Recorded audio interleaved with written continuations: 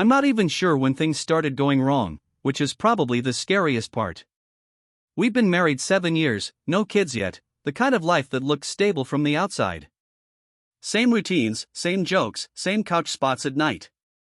I genuinely thought we were fine. Not perfect, but fine. Then little things started piling up. She was suddenly protective of her phone, like it was a vital organ. If I walked into the room, the screen would flip face down instantly. She picked fights out of nowhere, snapping at me for how I chewed, how I parked, how I never listened, even when I was literally repeating her words back to her.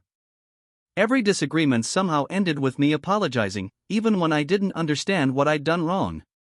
She also started working late a lot. New project, new deadlines, new coworkers I'd never met. When I asked simple questions, she'd get bitchy and defensive, like I was interrogating her instead of just being her husband. I told myself I was overthinking it. I wanted to believe that. Looking back, that was the moment I chose comfort over truth, and that decision came back to hit me hard. The weirdest part was how fast her energy toward me changed. She used to text me during the day random memes, complaints about coworkers, dumb updates like what she had for lunch. Then one day, it just stopped. Hours would go by with nothing. If I texted first, I'd get short replies. One word. No emojis. No warmth. At home, she was either glued to her phone or emotionally checked out. Conversations felt one-sided, like I was talking to someone who had already left the room. If I tried to be affectionate, she'd pull away and say she was tired or stressed. If I asked what was wrong, she'd sigh dramatically and say, "Not everything is about you." I started questioning myself. Was I boring? Was I neglecting her without realizing it?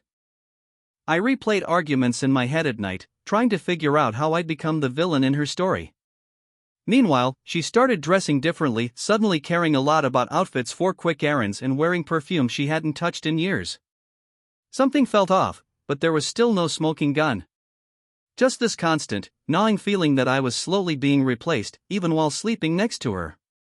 The first moment I almost caught her was stupidly simple. We were sitting on the couch, watching TV, and her phone buzzed. She was in the kitchen, so I glanced over without thinking. I didn't even unlock it, the preview was right there. A man's name I didn't recognize. The message, "I missed last night already." My stomach dropped. I felt that hot, dizzy rush hit all at once. When she came back, I casually asked who that was. She didn't even hesitate. She laughed and said it was a guy from work who was being dramatic about a team dinner. Then she rolled her eyes, like I was the weird one for asking. I wanted to press harder, but she flipped it on me instantly. Told me I was being paranoid. Told me I was insecure lately. Told me if I didn't trust her, that was my problem. By the end of it, I was apologizing for looking at her phone even though I hadn't touched it. That night, she fell asleep easily. I didn't. I stared at the ceiling, replaying that message over and over, telling myself there had to be a reasonable explanation. I clung to that lie because the alternative felt too big to face. After that message, I started noticing everything. Once you see the pattern, you can't unsee it. She'd take her phone into the bathroom and turn on the shower even if she wasn't washing her hair. She'd step outside to take a call and come back smiling, then instantly go cold when she saw me watching. I tested the waters a few times, asked casual questions. Who are you texting so much? Her answers never stayed consistent. One day it was a coworker. Another day it was a friend from college. Then suddenly it was none of your business. Each version contradicted the last, but she said it all with confidence, like facts didn't matter as long as her tone stayed sharp. What really messed with my head was how mean she became. She criticized everything I did. Said I wasn't ambitious enough. Said I was emotionally draining. Said she felt suffocated around me. It felt deliberate, like she was trying to push me away while pretending she wasn't doing anything wrong. I started sleeping less. Eating less. My chest constantly felt tight, like I was bracing for impact. I didn't have proof yet, but I had this growing certainty that the woman I married was actively lying to my face and didn't feel guilty about it at all. The actual discovery didn't come from some dramatic spy moment. It came from exhaustion. One night she passed out on the couch, phone still in her hand. That never happened, she guarded that thing like it was classified information. I stood there for a full minute arguing with myself, heart pounding, before I picked it up. No password change. That alone felt like a punch. The messages were already open. It wasn't subtle. It wasn't ambiguous. Full conversations. Explicit jokes. Complaints about me by name. Plans. Photos I'd never seen her take for me. She told him she felt alive with him. She told him our marriage was basically over anyway. My hands started shaking so badly I had to sit down. I felt nauseous, like I might actually throw up on the carpet. I kept scrolling, even though every line hurt worse than the last. There were timestamps that lined up perfectly with her late nights and work trips. I put the phone back exactly where it was and just sat there in the dark. 7 years collapsed into a handful of glowing messages. In that moment, I knew without a single doubt that my marriage, at least the version I believed in, was already dead. I didn't plan the confrontation. It just happened. She woke up confused, saw my face, and instantly knew. Her first reaction wasn't guilt, it was anger. She snapped at me for invading her privacy, like that was the real crime here. When I told her I'd seen the messages, she denied it. Straight up denied it. Said I misunderstood. Said it was just flirting and that I was blowing things out of proportion. When I quoted her own words back to her, her tone changed.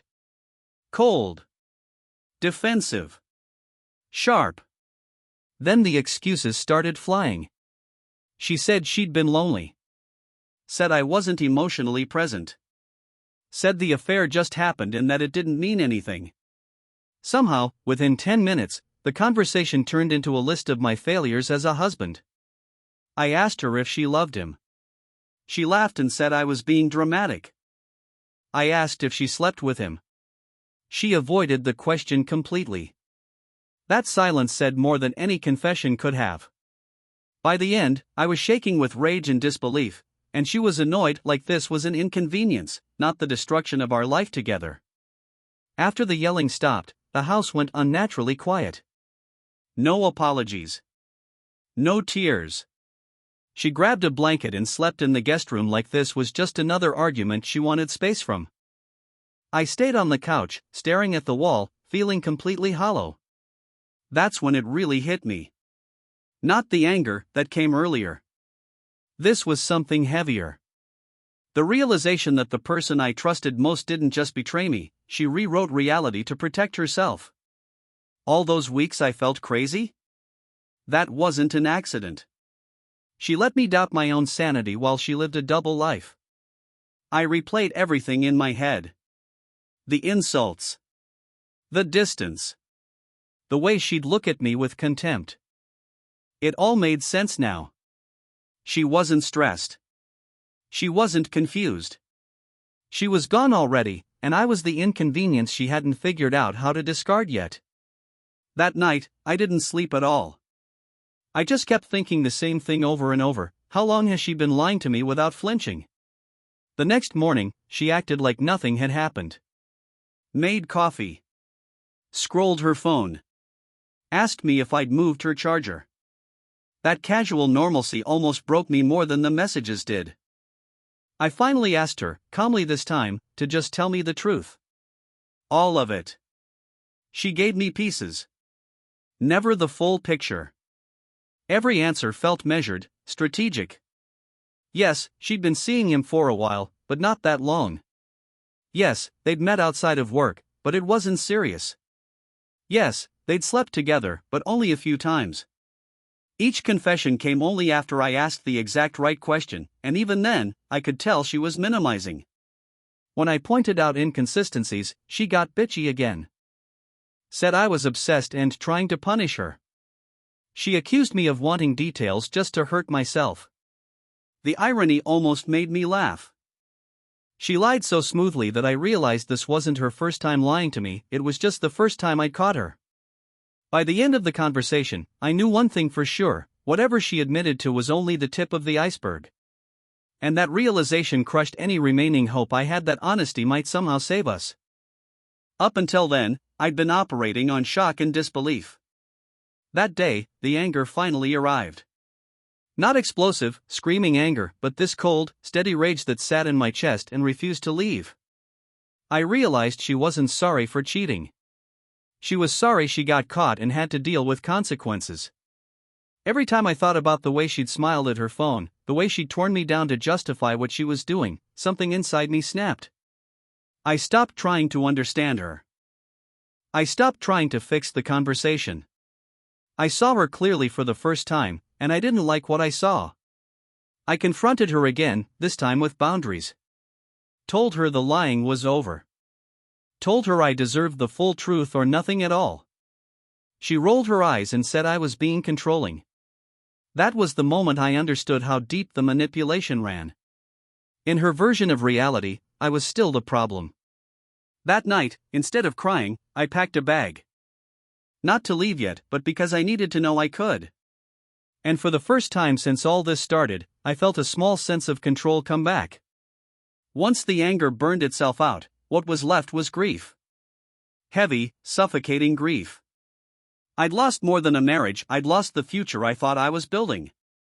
All those plans we talked about casually, like they were guaranteed, suddenly felt stupid and fragile. I started mourning the version of her I believed in. The woman who used to laugh with me in the kitchen, who held my hand in public, who promised she'd never do this to me. That person either never existed or chose to disappear. Either way, she was gone. She noticed the shift in me and suddenly wanted to talk. Now she cried. Now she said she was confused. Now she said she didn't want to lose me. It felt backwards and cruel. I'd begged for honesty before. Now that I was emotionally pulling away, she wanted reassurance. I realized then that my pain wasn't something she was willing to sit with. She wanted comfort, not accountability. And that understanding hurt almost as much as the affair itself. After a few days of this emotional roller coaster, I started seeing the situation clearly. I wasn't going to get the full truth, and I wasn't going to get her remorse. She wasn't going to change overnight or maybe ever. Accepting that was brutal.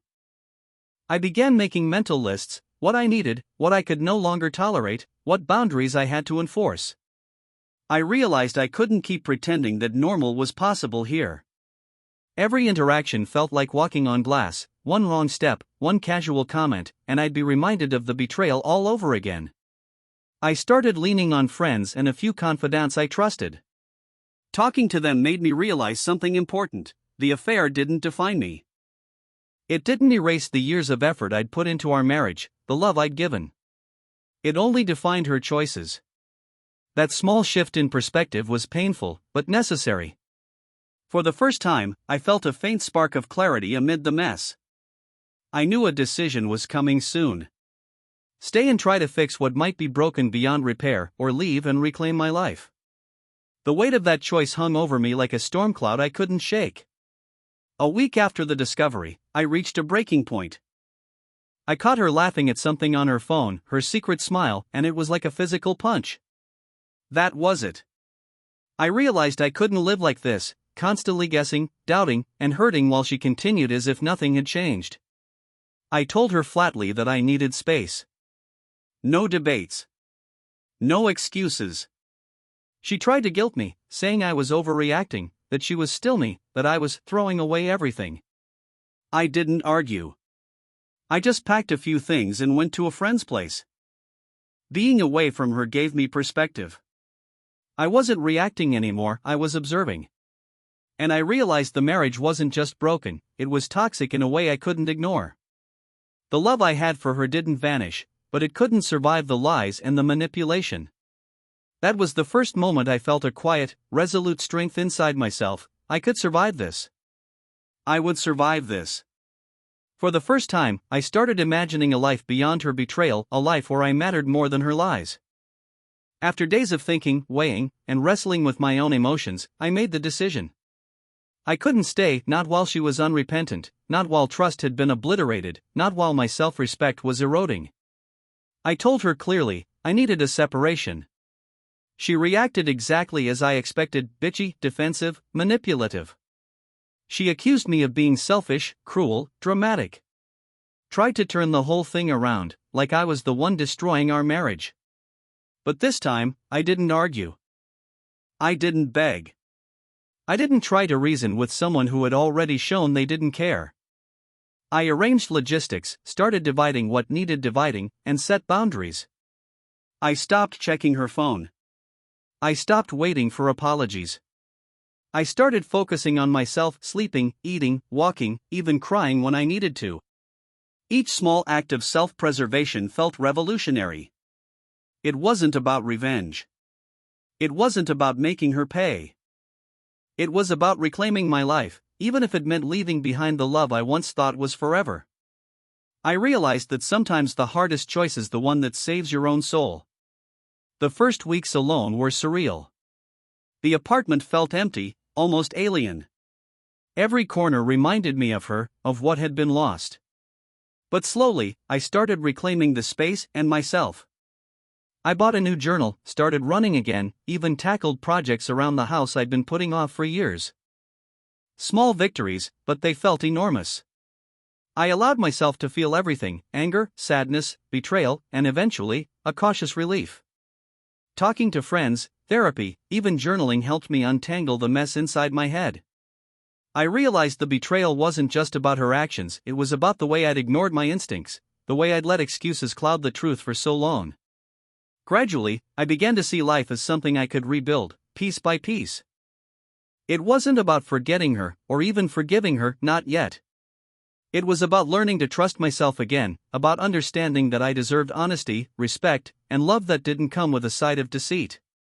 For the first time in months, I felt like I could breathe without that constant weight on my chest. It was the start of real healing. Looking back now, the pain is still sharp, but it's quieter. I've learned a few things the hard way: trust is fragile, and once it's broken, it can't simply be patched over with excuses or charm. I've also learned that love doesn't excuse betrayal, and that holding on to someone who lies to your face only prolongs your own suffering. I've rebuilt boundaries, rebuilt routines, rebuilt myself. I still feel the sting of what was lost, but I also carry a sense of resilience I didn't have before. I know now that I can survive heartbreak, that I can leave toxicity behind, and that my self-worth isn't defined by someone else's choices. If I could give advice to anyone in a similar situation, trust your instincts, don't ignore red flags, and above all, prioritize yourself. Pain will come, but so will clarity. And clarity is the first step toward freedom. It doesn't erase the betrayal, but it does mean you can eventually move past it, stronger than before.